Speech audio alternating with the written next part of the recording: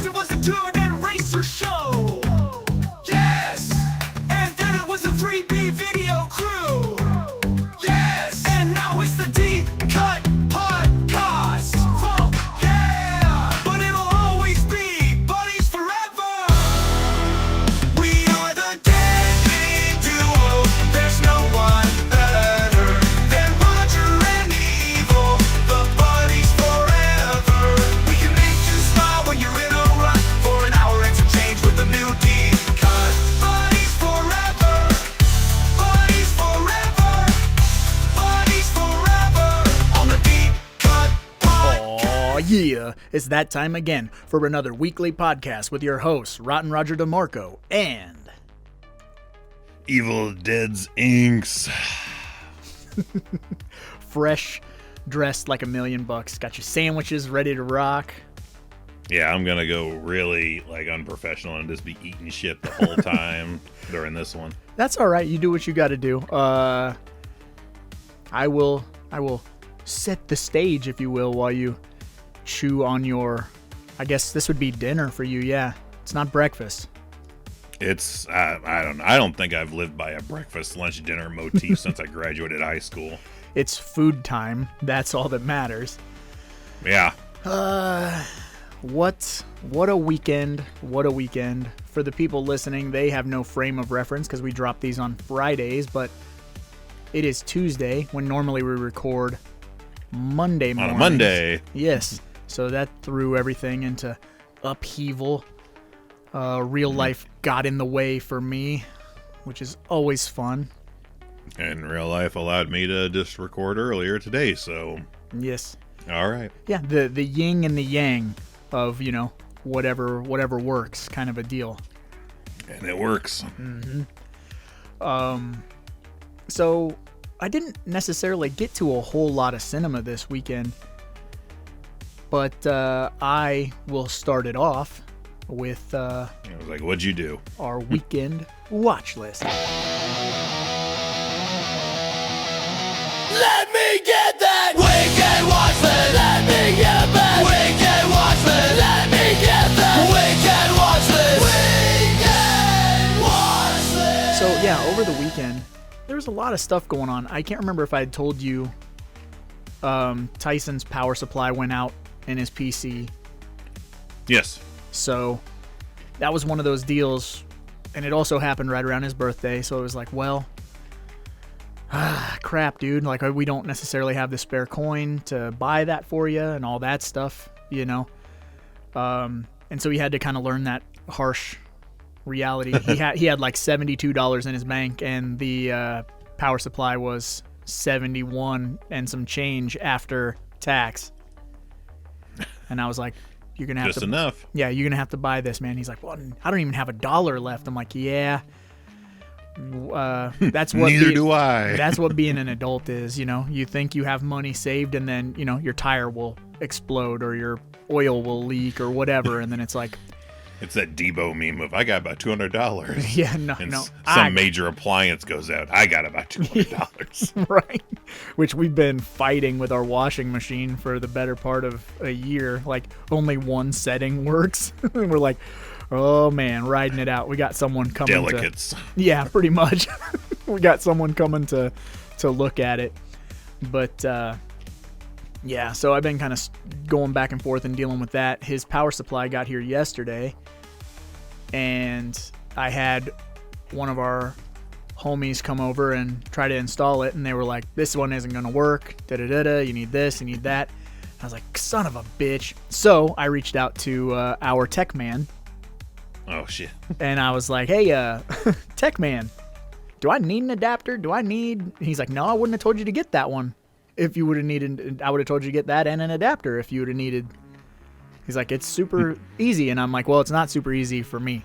I'm not a tech guy. So earlier, literally right before this podcast, dude, I was like Jeff Daniels in Speed. I was sweating. I was texting him pictures. He was sending me, and he was like, okay, this thing slides in half and it plugs in here. This plugs here. This plugs here. Don't plug that in anywhere. That didn't. And I'm like, oh. Don't cut the red wire. I thought you said cut the red wire.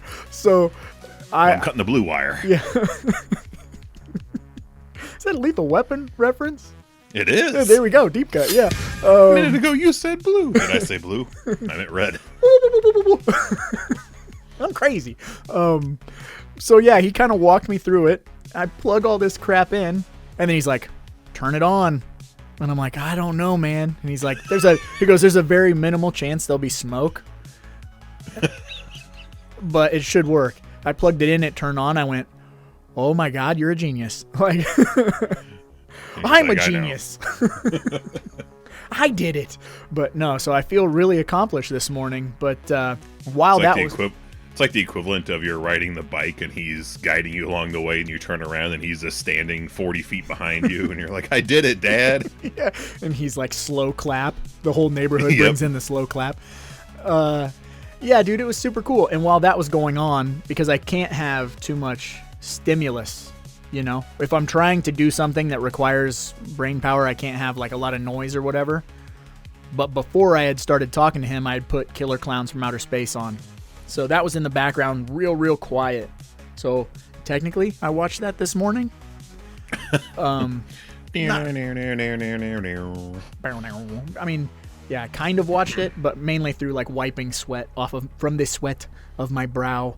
So then you were more like that the bomb tech from Die Hard with a Vengeance, like in the school, being like ready to cut certain wires in there. No guts, no glory. Yup, dude, it was harrowing. I will tell you, I'm not cut out for that type of stuff. That was a whole different level of stress. Megan, I texted her. I was like, Tyson's computer's running. I felt like a bomb technician. She's like, now you need to watch Hurt Locker. And I was like, I think I'd have a heart attack if I tried to watch Hurt Locker right now. So no. No. But so that's, yeah. I was like, is there anything else on your list that you watched? Yeah. So what day would that have been? It would have been Friday night. Out of nowhere, I just felt like, well, mainly because Tyson, for his birthday, he got digital turntables, which I felt really bad because he couldn't use his computer. So he's been having to use my computer. So he's been like learning how to scratch there in the living room, essentially. And I was like, this is making me want to watch Straight Outta Compton. So I watched Straight Outta Compton. And I still haven't done that yet. It's real good, but my God, you need to carve out a day. That's one of the reasons that stopped me, because like in it 3 hours in length. 3 plus. 3 plus. I Okay, swear, it's a Tarantino. I swear to Christ, it took all day. I swear the sun was shining and birds were chirping, and then when it got over, it was like cold and dark. So I watched the Compton all day. that's right, I did. It literally took all day. The movie is the length of their actual careers. It's crazy. Wow. 40 years. Yes. I've been watching this for 40 years. And then sprinkled, intermittently throughout the weekend, I watched episodes of JCW Lunacy, because I started back from episode 1. And I've been, like there's only 60 episodes or whatever, and they're like 40 minutes to an hour. So I'll throw one on here and there when I'm doing laundry or whatever. And so I've been doing through them. Yep, been doing that, catching up on past storylines and seeing, whose belt exchanged hands and what beef there is with whoever. But that's pretty much it as far as cinema watching for me. I had a few oddball ones. The Super. Oh, The Super. Nice. That's been a minute since I've watched that. Yeah, it's on. I think it's on YouTube.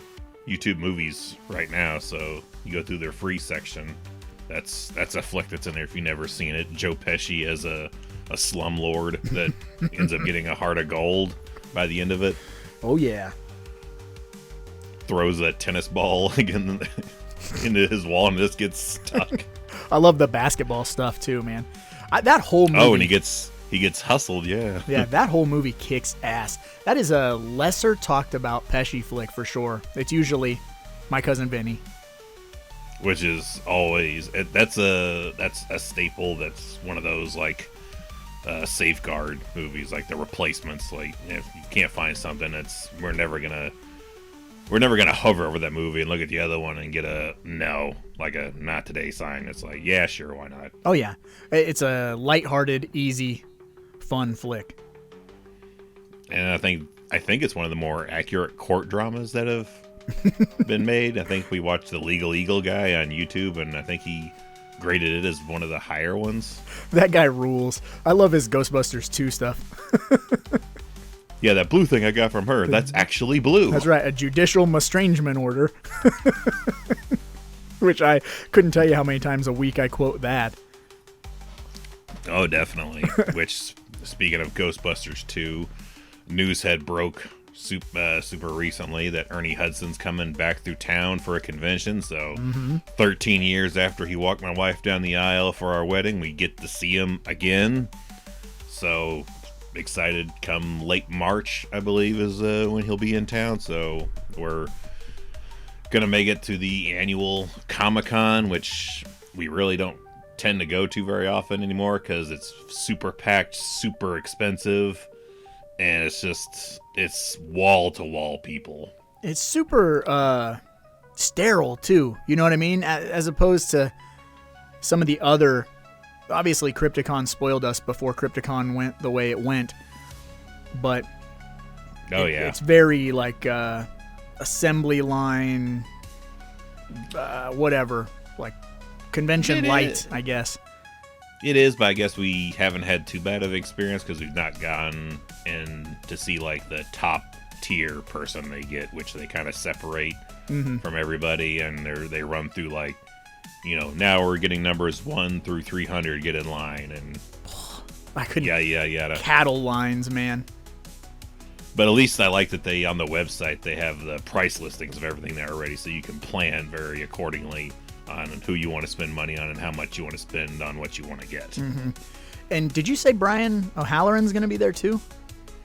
That's a different convention, okay, but he is going to be in the area along with Kevin Nash again. That's wild. What convention is O'Halloran going to be at? Do you remember off the top of your head? No, because it's not one that like, it's not one of those well-known ones. One of those kind of like spring up ones that may or may not have been doing them for years. We don't know because we never heard of it before. It's the Slash and Bash 31st anniversary. Awesome. Yes. Well, you mean the first? 31st. Wowza. Yeah. You do these once every day of the month? Yeah. 31 days in a row of conning.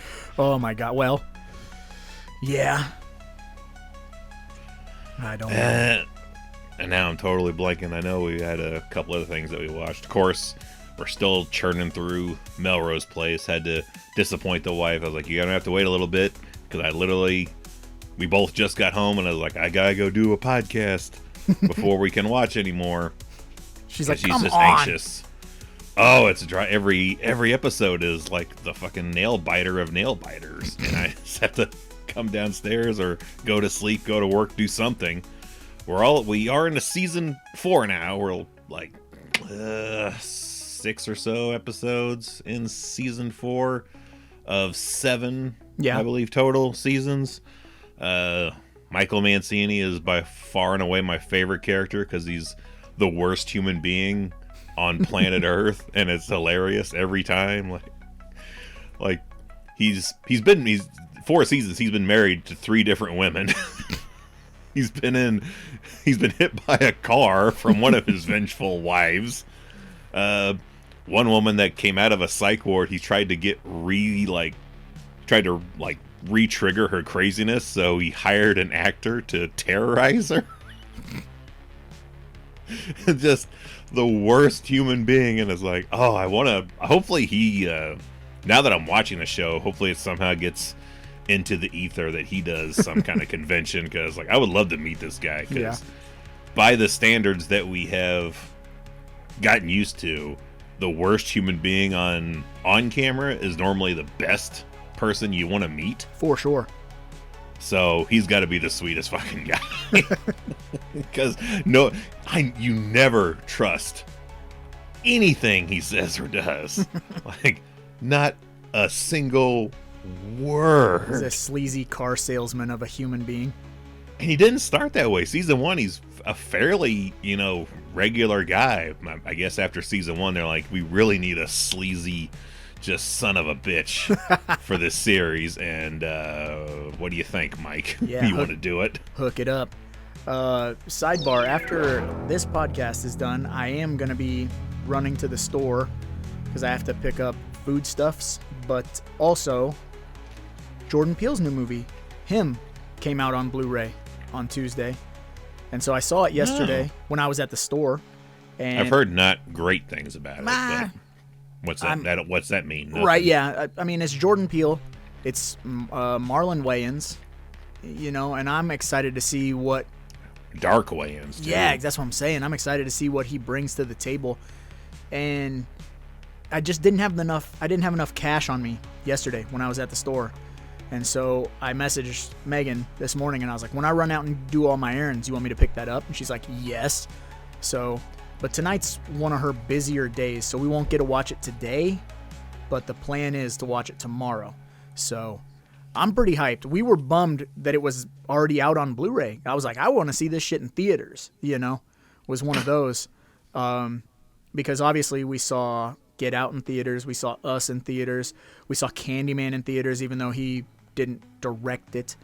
But we didn't... On a hot streak. We didn't see Nope in theaters. We bought Nope on Blu-ray. And that one's growing on me. I didn't necessarily care a great deal for it the first time. Still haven't gotten to it. I keep looking at it like, maybe today, then maybe you're like, today, nope. and then yeah, literally, I keep on rolling.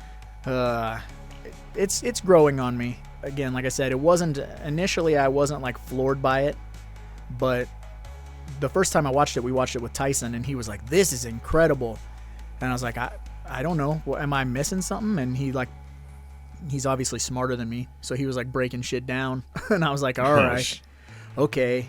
Oh, this is amazing. Yeah, this is pretty good. So, in the same vein, I didn't have enough because I thought I saw it cheaper than it was, but I told you about it one of the previous times we recorded. But Hush has a steelbook out of Walmart, and I thought it was in the $25 range. And I went back the other day to take a gander at it, and it was $38. So, you almost made me drown.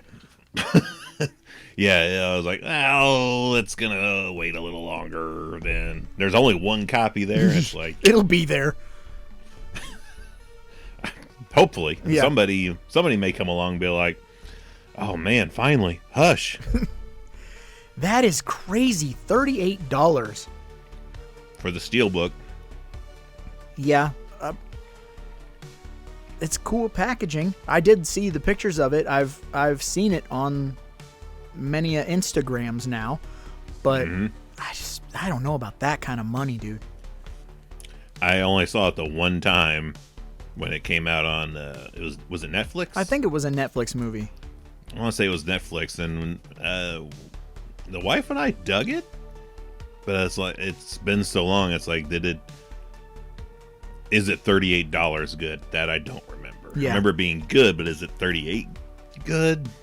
Yeah, it's good, but I've literally only watched it twice, and it's been a decade. So that may say something. It might. I'm gonna actually look to see, because the standby to go to is, well, what's Amazon gonna do it for? Yeah, $14.95. Let's see, Hush Blu-ray.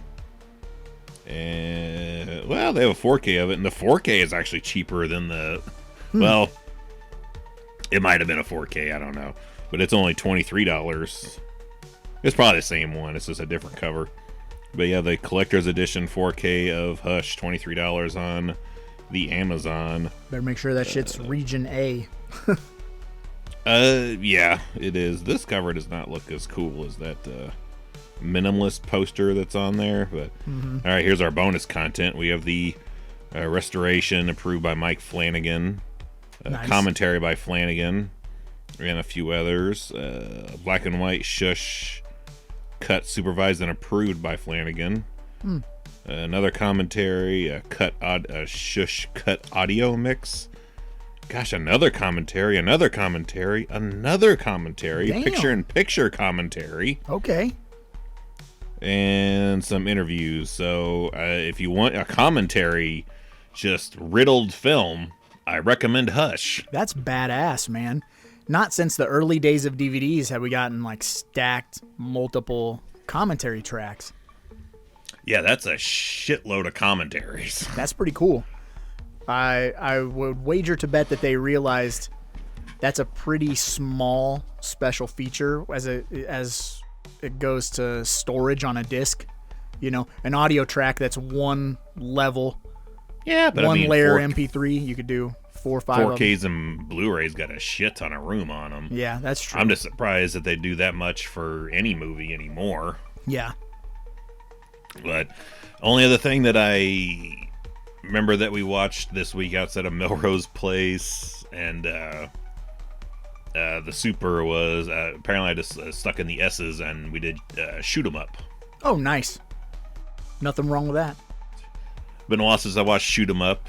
That's an entire movie that is just based on somebody really liking a scene in Hard Boiled where a dude's protecting a baby and just going floor to floor shooting people with the Hong Kong shotgun. Yeah. And And like, let's make a whole movie out of it, and it's fantastic. they're inspired by that and Looney Tunes, for sure. Oh yeah, it's blatant. Mm-hmm. It's right there in your face, and I believe that's even said on commentary because I'm sure I listened to the commentary. I know one of the times I watched the movie, we tried to get a body count. Oh, good for Lord. it. Yeah, right. And it gets a little tough when he's bungee jumping down like 7 floors Yeah. and just firing a machine gun. Yeah, you got a better chance of getting a body count in the John Wick quadrilogy or whatever. I think we could get a body count for John Wick. I think that wouldn't be too bad. It would be tedious, but we could do it. Yeah. There's just a bunch of like hip fire, blind shot, off camera kills in Shoot 'Em Up. Mm-hmm. But love the soundtrack. Always thought like Clive Owen should have done more action movies. Yeah. He's a very good leading man. Yeah, I would have been super like all right if he kind of took a Bruce Willis kind of route with like Die Hard. Yeah. Also, Paul Giamatti is the bad guy, which is amazing. Paul Giamatti in about anything is awesome, good or bad. There you go. There's you got to watch Straight Outta Compton because he plays Jerry Heller. He's the kind of sneaky, snaky. What is outside of Shoot 'Em Up for me? What is like the top Giamatti movie that you have or that you think of, or is like what's like peak Giamatti? Because outside of Shoot 'Em Up, the only other one that comes to mind that I'm like, man, he is just firing on every cylinder is Private Parts. Private Parts is good. The Man in the Moon, the Andy Kaufman movie. Yeah, I forgot that he's his partner. He's Tony Clifton. Yeah. Tony Clifton. Boy. Cinderella Man, which I don't know if you've ever seen Cinderella Man. I have not. The Russell Crowe, Renee Zellweger movie, based on a I know it, but haven't seen it. He's always like a manager or whatever, you know. He's always kind of like a weird type of guy, and yeah, he plays Russell Crowe's manager in Cinderella Man, and he kills it, obviously. But yeah, I love that dude, man. I don't know what it is, like why he captivates me so much, but he is a phenomenal character actor.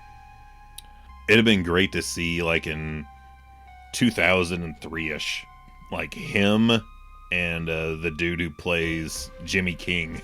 Oh shit, yeah, Oliver Platt.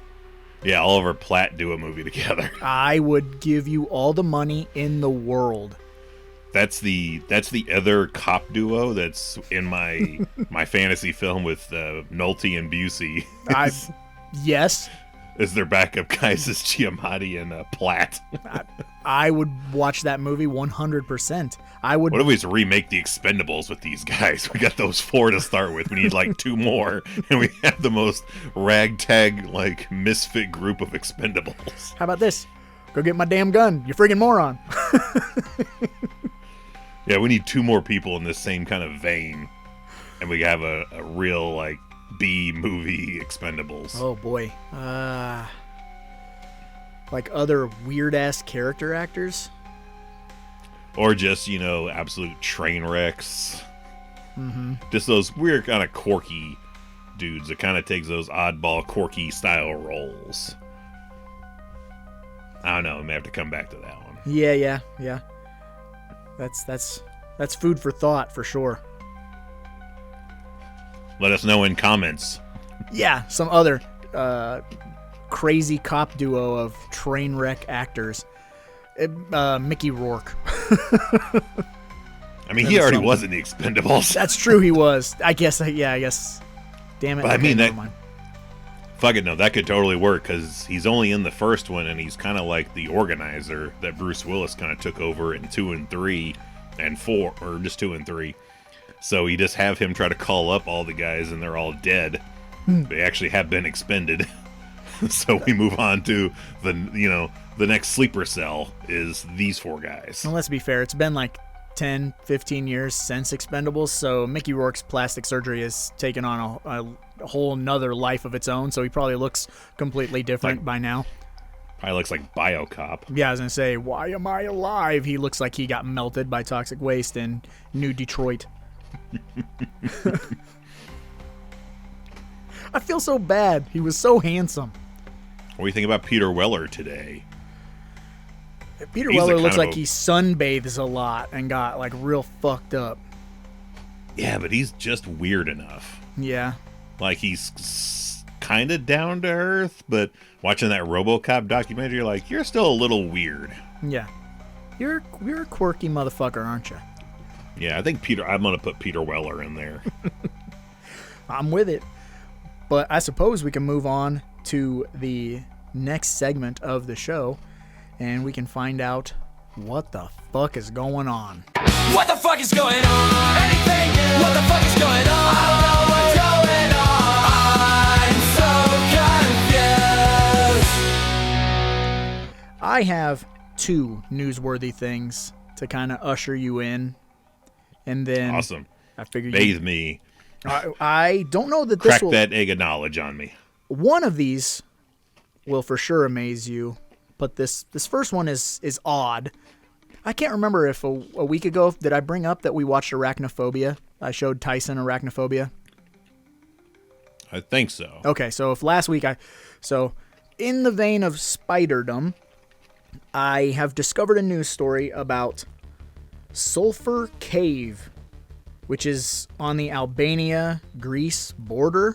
I don't know if you've... Is this the story of like the biggest Spider web? web? Big spider web. Huge. I was going to say, I didn't know if you knew about this. So have you... I happened to see a thing about it as well, but yeah, please tell me more for those who don't. This is a 100-meter spider web with over 100,000 spiders. 2 breeds of spiders. One is just what we consider our domestic house spider.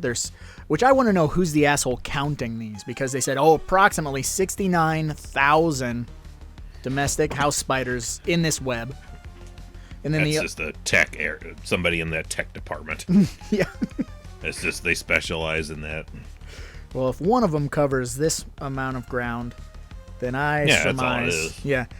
He is doing like 1 cubic inch and then multiplying over and over and over and over and over again. I'm not doing that. And then You jump in there and tell him he's wrong. Yeah. Go in there and count him by hand. It's like grabbing the cockroaches in the cave for creep show. Just Yeah. turn the lights out and stick your hand down in this hole. Then the other spider, there's 42,000 of them, approximately. Roughly. Butcher. Preniragon vagans spiders. They're Preniragon. If you were from where my family's from. Preniragon spiders. Apparently not. Yeah, pretty near. I mean, 42,000 of them, that's pretty near gone. But they live in harmony. Normally they live away from one another, but in this cave, on this web, they live together, and they don't eat anything. They don't eat like bugs that fly into this cave, because bugs don't fly into this cave. What they eat is just haphazard white scientists roll in there and they feed on them. Yeah, no shit. The Julian Sands goes in there to check out the web. You've been busy, haven't you? I was like, that's what I would imagine they feed on. Stupid white people that walk in there and be like, this is wild shit, isn't it? I'm gonna touch it. Yeah, dead. 100,000 spiders descend upon you and pick your bones clean in like half a second, cartoon style. It's like a dust cloud. I figured they had like a pre-done web like Dr. Loomis's like chains that came falling down in Halloween 5 and just gotcha, bitch. But they eat there's like algae or some kind of bugs that hatch and live in the cave water. Yeah. So they just have this built-in supply of food, and so they eat and then they reproduce and eat and reproduce, and it's just like this web is just getting bigger and bigger and bigger, and these spiders are just more and more and more of them, and I'm like, Is that Kingdom of the Spiders? That's what I'm saying. Too. That was in my notes. I was like, this is real life Kingdom of the Spiders. It's going to start in this cave and just the nearest town is just going to get eaten. We just have to hope William Shatner finds it in time. Yes. And so that's my weird, crazy news piece that I have. This other one, now I know is going to make you happy, because in recent history, we've bitched, we've moaned, we've complained plenty when a new movie comes out, especially a movie that we are gaga, goo-goo, ready for, we love, that gets no respect. And there's one movie in particular that you have been extremely vocal about, angry, that got the bullshit bare bones treatment. And I have something to report for you, sir. So you'll remember the most recent entry in the Evil Dead franchise, Evil Dead Rise. Yes. Got the worst Blu-ray release in the history of ever, which is why I still don't own it. Because I just bought blind because I couldn't not own it. Right. And I couldn't have been more disappointed that something that was made in 1998 had better bonus material than this fucking. And the bit that irritated me the most is the top section of the disc, or the case is like celebrating 100 years of cinema with a big middle finger on. We're just giving you the fucking movie. That's it. Yeah. Well, I mean, you got the movie, so there's your 100 year of cinema, your century. But our good buddies, they don't sponsor us yet. Arrow is putting out. Oh, Arrow! Wow, I would not have guessed Arrow. In January, we are getting a special edition, Evil Dead Rise. This only has one audio commentary, so you fail compared to the Hush. We've got still more than the other release. We've got an audio commentary. We've got interview featurettes with individuals from the cast. Then we have interview / BTS type of deal with the makeup effects artist. We have an interview / BTS of the editor. We have an interview / BTS with the sound designer. We have an interview / BTS with the composer. Okay. We have a Raising a New Evil Dead featurette mini documentary. We have BTS videos and a still gallery. We have a concept art gallery. We have a storyboards gallery. We have reversible artwork. Oh. We have a double-sided fold-out poster, and we have a collector's book that comes with it. So it's going to be a hefty boy.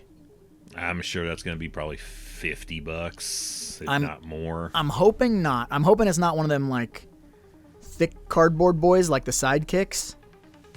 I think it's probably going to be. I mean, Arrow's really notorious for making those real big, thick fucking releases, like Tremors 2. So I imagine it's going to look like that Tremors 2 Blu-ray. Which that was about 40, Look. yeah? Yeah, it wasn't quite 50, but it's still been enough that I have not double dipped to get it, even though I really like Tremors 2. Yeah. I mean, I accidentally own the Attack Pack twice. Well, And then I own the ones that came out after the Attack Pack. So, I think that Attack Pack was $20 when it came out. Yep. So yep. One has a I- case, the other one doesn't have a case. Like, I don't know why I just have discs, and then, like, there's a sticker on it that says Attack Pack. I don't know where that came from. yeah, I don't know. If I'm gonna double dip, though, would it be just for 1 and 2? But Me too. I'm with you. I'll take a gander. I'll probably be checking the stock to see what this thing looks like and what's the price tag they put on it. Yeah, I was going to send you the link, but I was like, I want to tell you to your face in case you haven't seen it. Because I think they just... I had not. For anyone listening, if you're on Instagram, the best Instagram to follow for this situation is Dawn of the Discs. These people post every new release that's coming from everywhere, whether it's Region B, wherever, crazy weird little indie places that are putting out Blu-rays, but I always kind of get the scoop from there. That's cool. Yeah, I'm excited for you. I'm still a little like, why does it take this long to get this? Why couldn't I gotten this from Jump Street? Right? From Warner Brothers. Is it the 5-year anniversary? I don't know if it's been that long, but like Warner Brothers?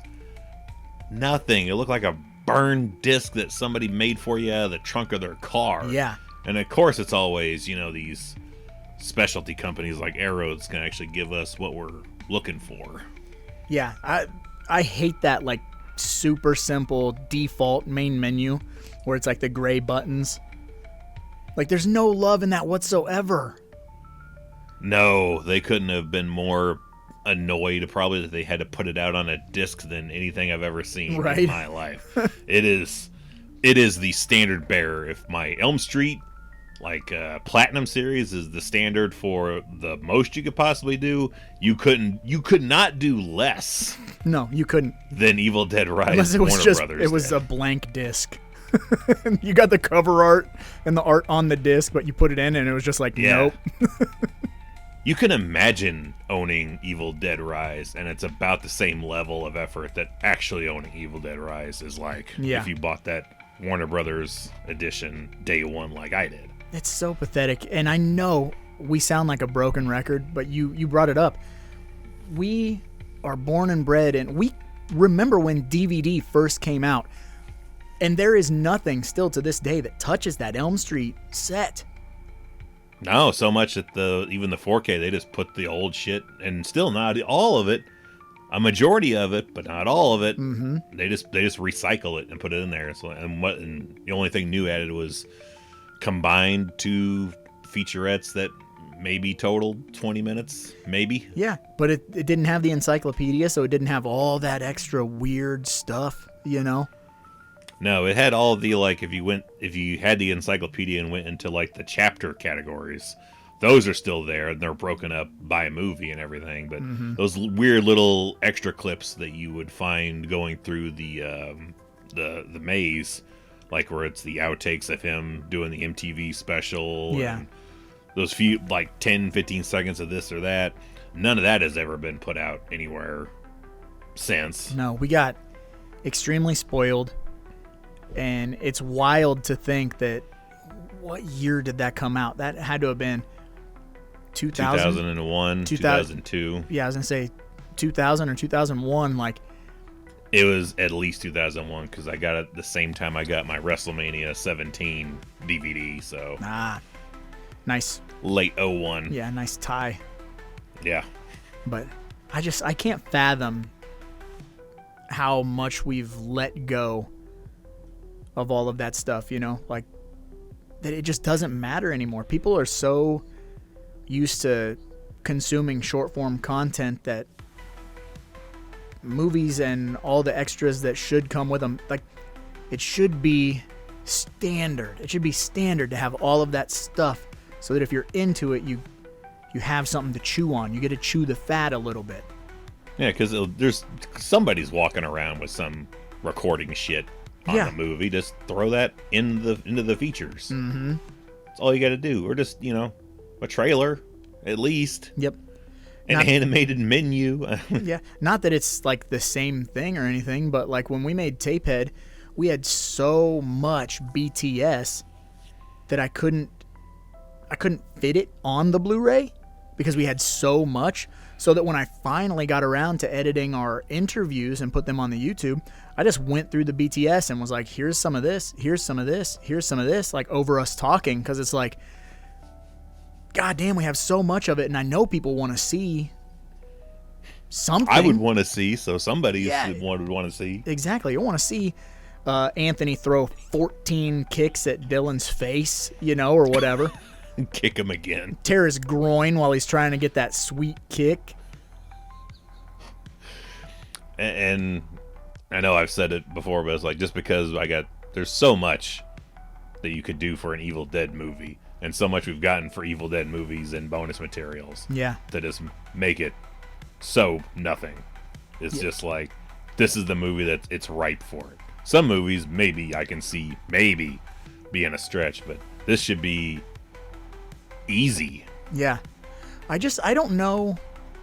I'm trying to remember what the climate was like when the movie came out, because I'm trying to think, were people receptive? I know I wasn't overly receptive. I don't necessarily look at it as an Evil Dead movie and be like, man, it's like canon Evil Dead. I think it's a good movie. But you know what I mean? Like, why doesn't it? Because Evil Dead, or The Evil Dead, has documentaries about it. It has so many special features. Evil Dead 2 has a ton. Army of Darkness has a ton. It even has a different cut. Like, oh yeah. Even Evil Dead 2013 has a fair amount of special features and got a special edition that had the extended sequences and all that stuff. Yeah. Weird. I don't know. It kind of got Ghostbuster 2'd a little bit. Like, yeah. We've never gotten a great deal of features on that either, and I love Ghostbusters too. I blame Bill Murray. I don't have anybody to blame. I just really like Ghostbusters. Yeah, me too. But hey, speaking of Ghostbusters and Ernie Hudson, I did read an article. I guess there's a new Real Ghostbusters cartoon that's coming out, and because he owns a large portion of the Ghostbusters trademark. Good. So he's attached, and he's doing the voice for Winston in the cartoon. Finally. But I think he has something to do with the writing, if I'm not mistaken. I saw an article, and I was like, that's cool. Like, you know, get a new Ghostbusters cartoon and have a real Ghostbuster be a voice. That's kind of dope. So I'm kind of curious. I don't know many more details, but I know that it exists, and I know that he owns a portion of Ghostbusters, which is cool. So yeah, more to come soon, hopefully. Yeah, give me all the Ghostbusters. Well, I got my news. Uh-oh. No news is good news. I thought I would start it off with a little something different. I'll just run through a few birthdays that we had celebrated in the past. Okay, week. not any rest in pieces, some birthdays? We've always got those, but I was like, maybe I'll go the other route and see how birthdays go. So in the past week, we've had Gordon Ramsay turn 59. Nice. One of your favorites, Parker Posey, turned 57. I wish she didn't. Lou Ferrigno turned 74. Damn, he's that old? 74. Sally Field is 79. Whoa. Right? That's yeah. Ethan Hawke, he celebrated a birthday this past week. He turned 55. The grabber himself. He's 55. Yep. And Rebecca Romaine turned 53. From The Punisher? From The Punisher. She's named after lettuce. So on to other news. The first bit of news I got, I screen capped it aside from my categoried weird news. Okay. But this is something that we should try. If it's still a thing that's available when we're in the same place, same time, we should try this, preferably on camera. But okay. Do you have a Taco Bell near you? About 15, 20 minutes, yeah. Okay, That's near well, enough. Taco Bell's Baja Blast Pie went on sale this past week. What the fuck? And it looks exactly how you would think. It's kind of a like a key lime-ish? Yeah, it looks like a key lime pie, very green, but the Baja Blast Pie. Didn't get a price tag on it, but there's a Baja Blast Pie that's out there now. The price tag is your foot. It's diabetes. That's... I think we should try it. I wonder if it's carbonated somehow. I do know Mountain Dew did put out like an alcoholic beverage. Like there is an alcoholic Mountain Dew that's out there. I haven't had that either. I do know that exists because when we were filming Tapehead, our good buddy Rush, when he came down to film, and I would give everybody a couple of bucks to come be in the movie because obviously we didn't have a big budget, but he was like, would you buy me a 12-pack of that? He wasn't underage, just clarifying. He's not an underage guy, but he's like, buy me a 12-pack of that so I don't have to spend my own money, like, because I'm curious of what it tastes like, but I don't want to spend money. And I was like, I understand. I get that. I get that for sure. Yeah. So, and he liked it, so. So by category, I have, let's see, 1, 2, 3, 4, 5 stories that are just called animal antics. All right. So the first one is Wrong Way Rover. A dog wandered into a busy Boston tunnel during rush hour and was safely rescued by Massachusetts State Police.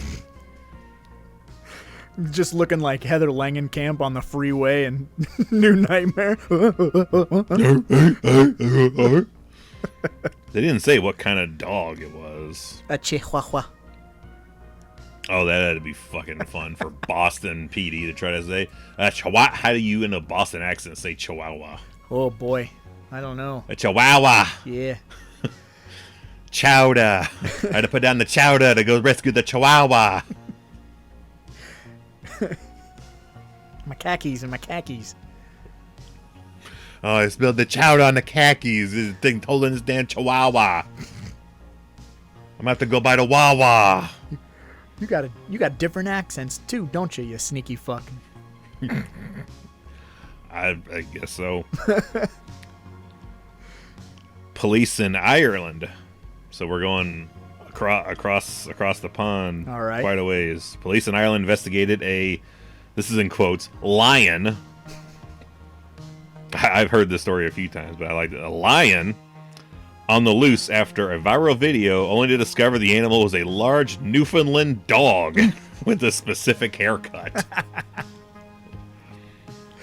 It's way too easy. It's way too easy to slam dunk and be like you've had way too many if you're like, fucking lion over there. That's right.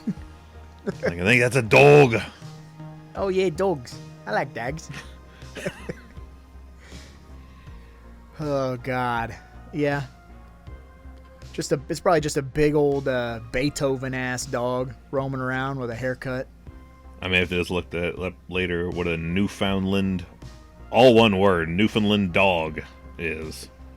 And what specific haircut. Yeah. It had a mane? It had, we don't know if it had a mane. Maybe it swings that way, it got a mane. That'd be in St. Louis. That's how they would say it. Hey, man. All right, here's a fun one. A pet pig named Breakfast, belonging to a Buffalo police officer, escaped and caused chaos in a neighborhood before being caught. Oh, Breakfast the pig In Buffalo, New York, I take it. out there causing havoc. That's just like 2 steps removed from Bacon in Varsity Blues. Yeah, he no has a shit, pet pig yeah. named Bacon. Like, I'm gonna call him Breakfast. Sidebar. I have a funny pig story. So when my Who cousin, doesn't? right when my that doesn't I is it weird to be like I totally could have one as well? doesn't smell like mud, Tommy. You probably do. I mean, I do. Yeah. I 100% do. So I'll need your story, but when my cousin Adrian passed away back in 1991, a bunch of his friends from Oklahoma came down for his funeral, and they were like thugs. They literally stole a Frito-Lay truck. So they had food for the trip. Like they were hoodlums. I remember distinctly like my mom letting them stay at the house and like the antics they got into. Well, obviously the local cop or cops that we had a problem with them. So the day before they left, they went out to a pig farm and like all 9 of them took this pig and then they tied it up to the flagpole. It was alive, obviously. They tied it up to the flagpole at the police station. And then when the cops tried to, like, wrangle it, it got loose.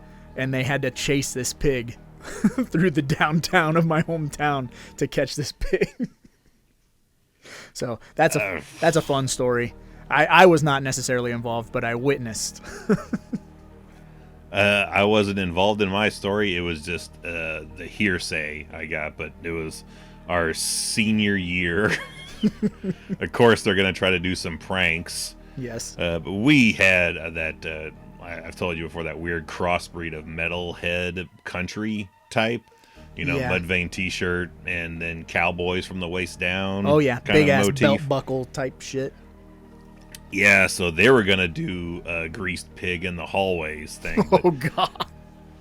they did not have any grease, so they slathered a pig in motor oil and then kept it in like not like a burlap sack, but like a big old sack. And then it died. Until it was time to release the pig. They released it in the hallway. It took apparently 2 to 3 steps and then just collapsed. Oh, yeah, it's breathing in motor oil. Yeah, so Good job. stupid high schoolers. Good Yeah. job. Let us know your pig story in the comments. Because everyone has one. I was just going But to in say everybody. other animal related news, a sheep wearing a diaper took an unexpected journey aboard a high-speed passenger train in Poland, much to the surprise of a lawmaker on board. A sheep wearing a diaper got on a train.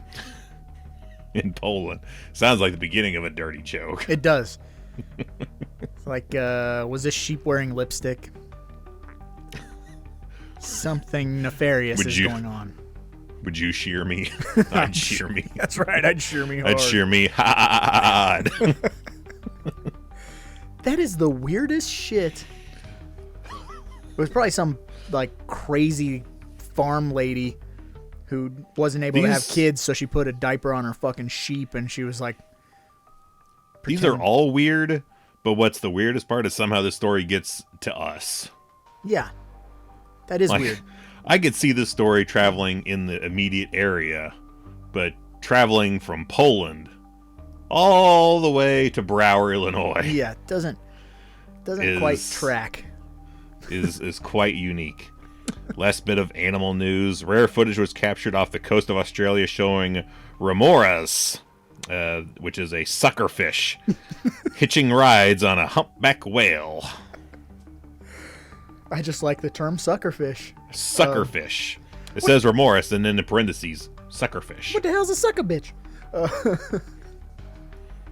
Well, that sucker bitch is a suckerfish. Just chilling on the back of a whale, Yeah. cruising along. Yeah.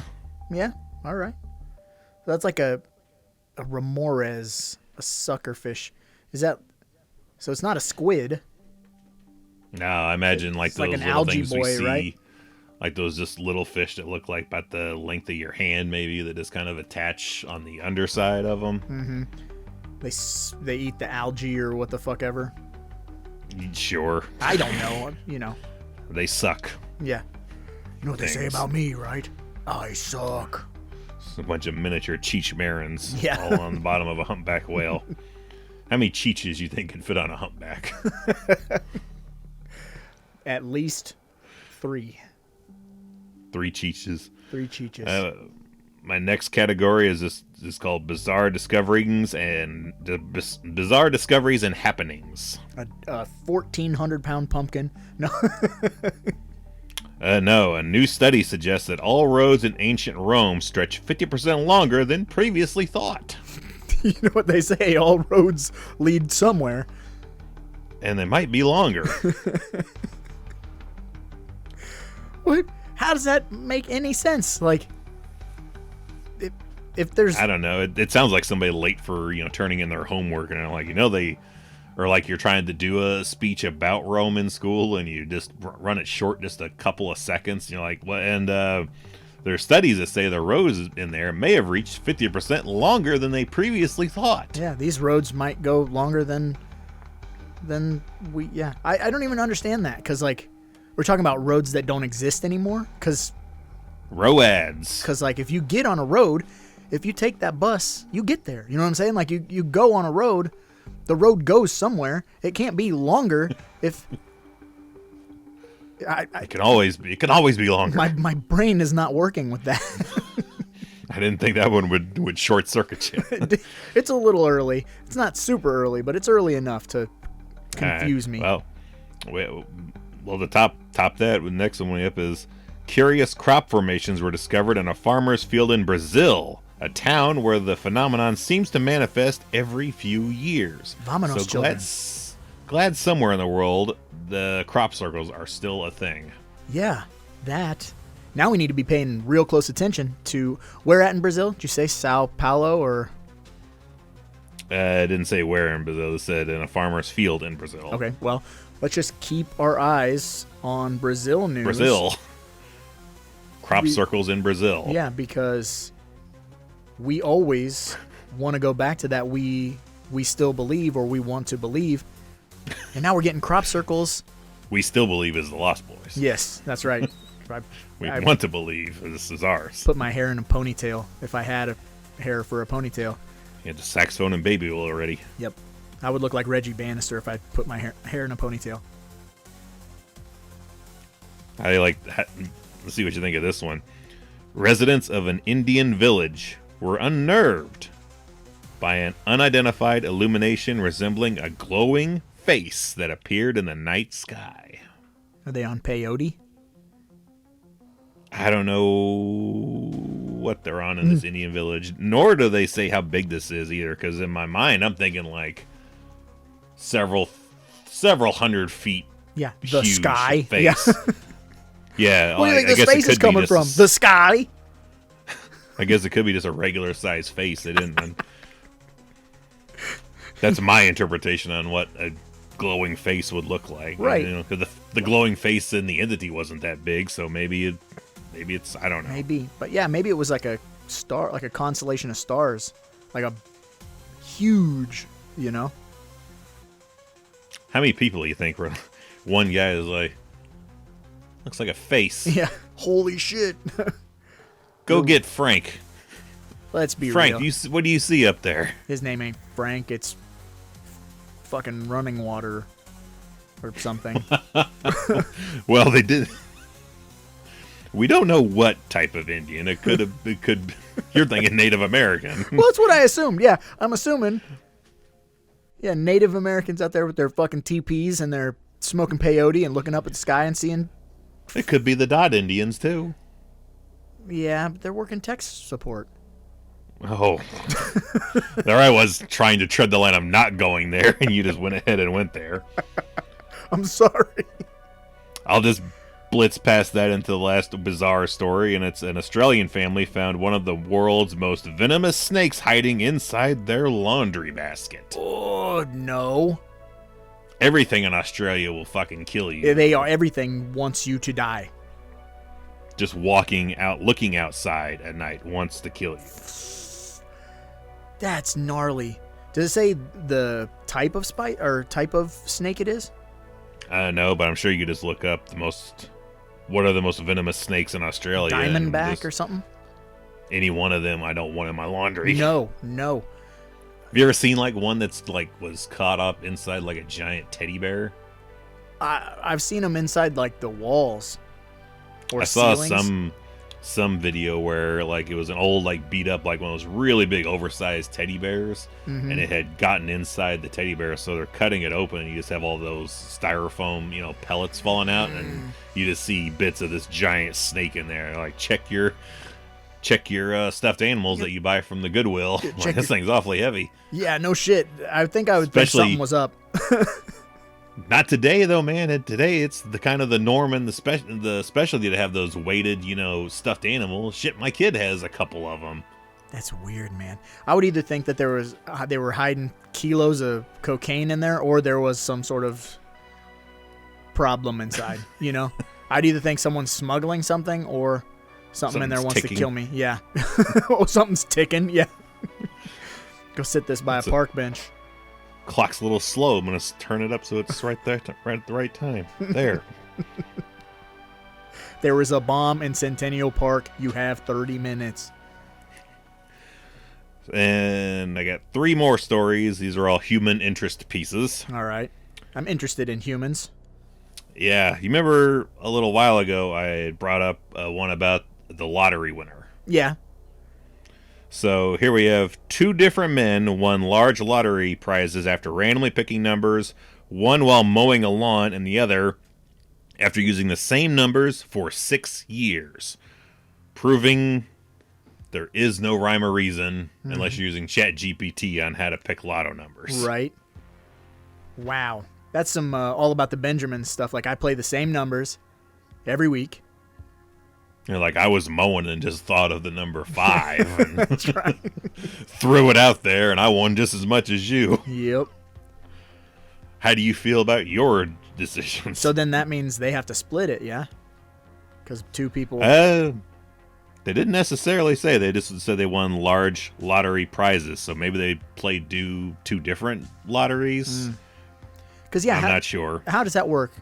I'm not well-versed in lottery, but, like, let's say... I would imagine if it's the same one, you would split it. Yeah, I was going to say there is, like, $1 million lottery, and you and I both hit... Like, you don't get $1 million and I get $1 million. That can't work. Like, we would get in that world $500K a piece. Mm-hmm. Yeah. Would you feel any different if you had played the certain numbers every single week and I was like 5, 13, 7, 6, 22, and 4? No. I mean, it's literally how many numbers are there? How many people are there? Lottery is exactly that. It's a lottery. So I don't think it would. Oh yeah, I don't think it would like 12 people. Yeah, I don't know that it would like upset me. That might upset me if it was a small town and it was like someone 6 just years stole my fucking numbers. Someone's like, "Well, Steve always plays those numbers. I'll play them too. Fuck it." That would piss me off. I'd be like, "You cocksucker." That means he guessed the same numbers at least, if he's doing this weekly, 312 times. Yeah. The same numbers 312 times. That's wild. There you go. In other news, we have a Hungarian gamer set 2 Guinness World Records by playing Dance Dance Revolution for 144 consecutive hours. Jesus. Now I gotta go back and do more math. I have to say it. New high score. Was that mean? Did I break it? Like, 1, I'm glad somebody's still playing Dance Dance Revolution. Yeah. 2, that dude was dancing for 6 days. He probably had some of that Colombian coffee or whatever that I talked about a couple weeks back. I don't know, but by golly, I really think anybody in an Elm Street movie is kind of a puss now. Well, you can't stay awake 2 days, you fucking baby. 3 days, they're like, this dude just danced for 6. Yeah. Non-stop. For one day, I just felt like dancing. You know that dancing from day 1 to 6 is two vastly different forms of dancing. Oh, yeah. Like, he went probably from a medium or hard levels to he's barely probably passing on the lightest easy mode. How do you And piss and shit whilst dancing for 6 days?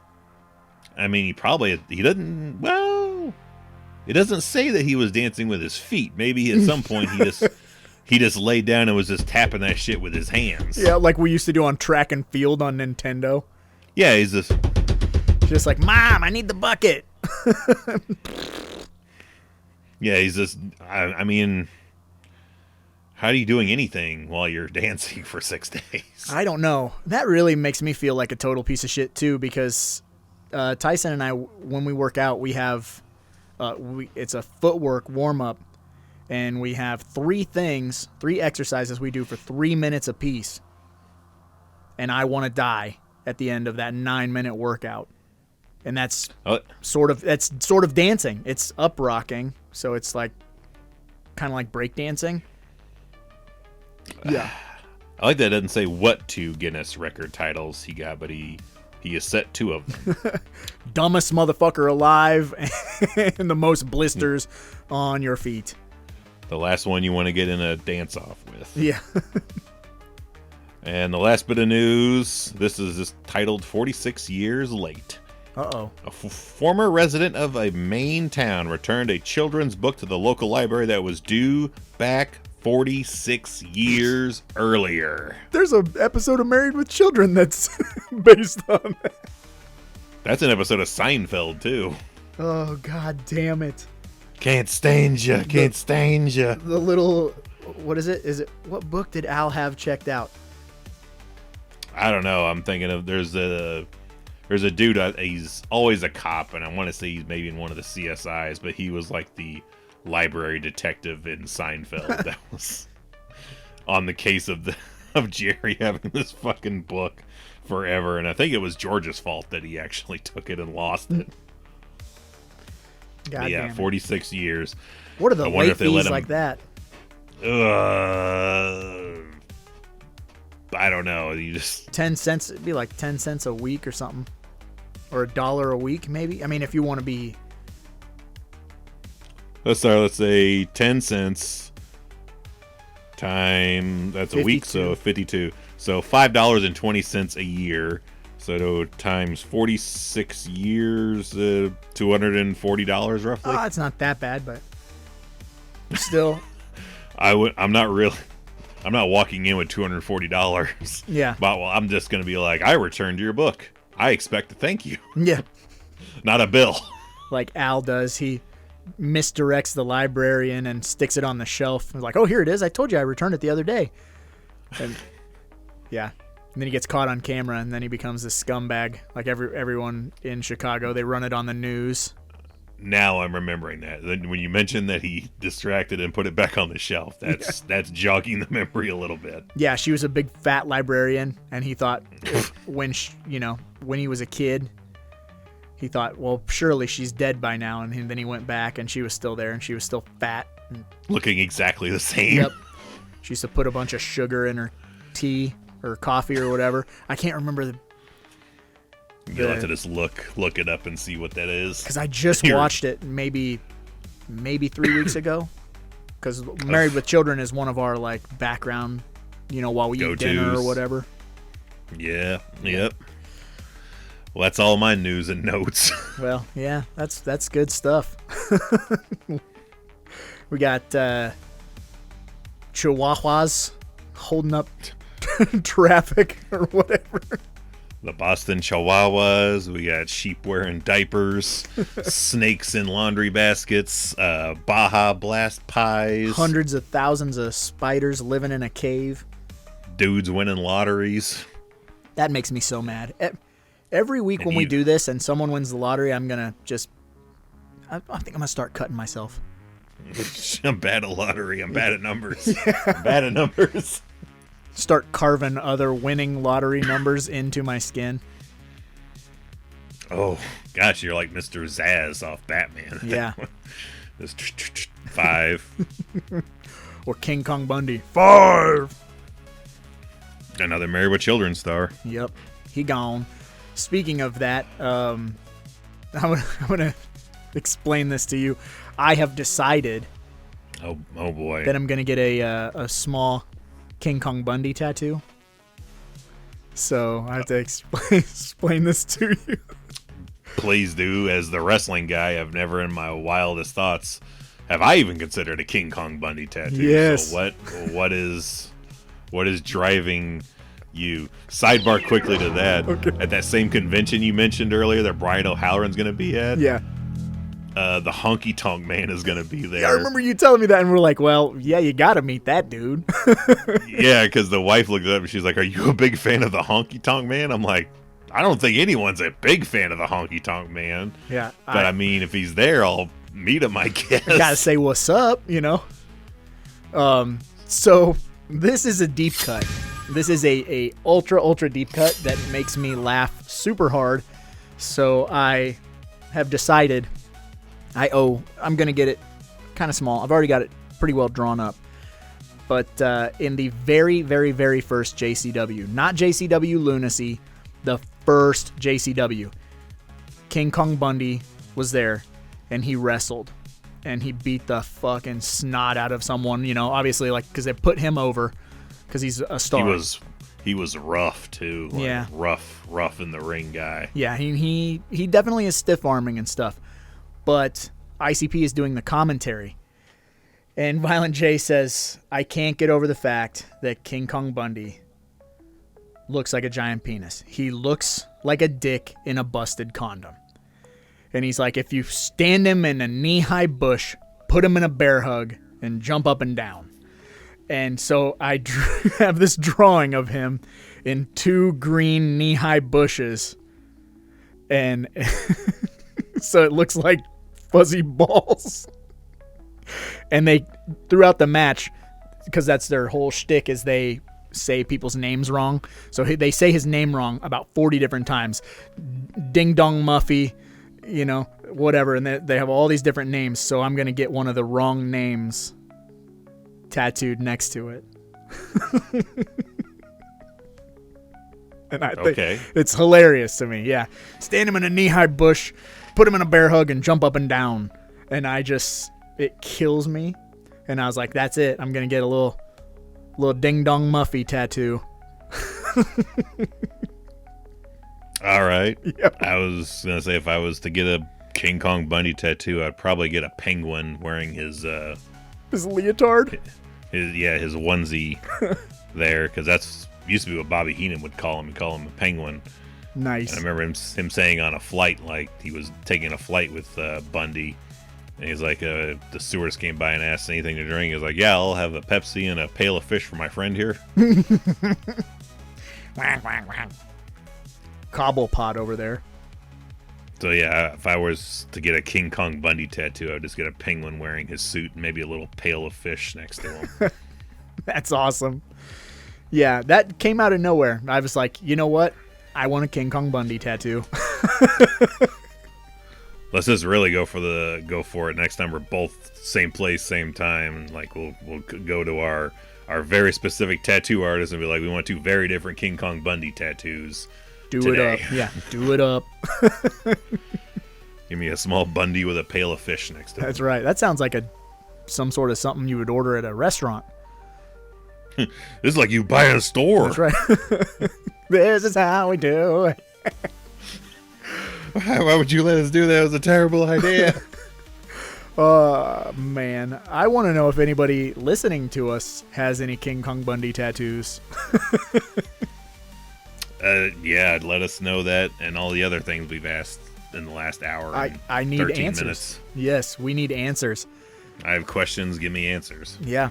And, our resident wrestling encyclopedia, Evil Dead Inks, will be looking forward to your wrestler tattoos. That's for sure. Which I did. Speaking of that, I did add a new thing in our Discord. I don't know if you saw it. Subcategory. I did. Ink.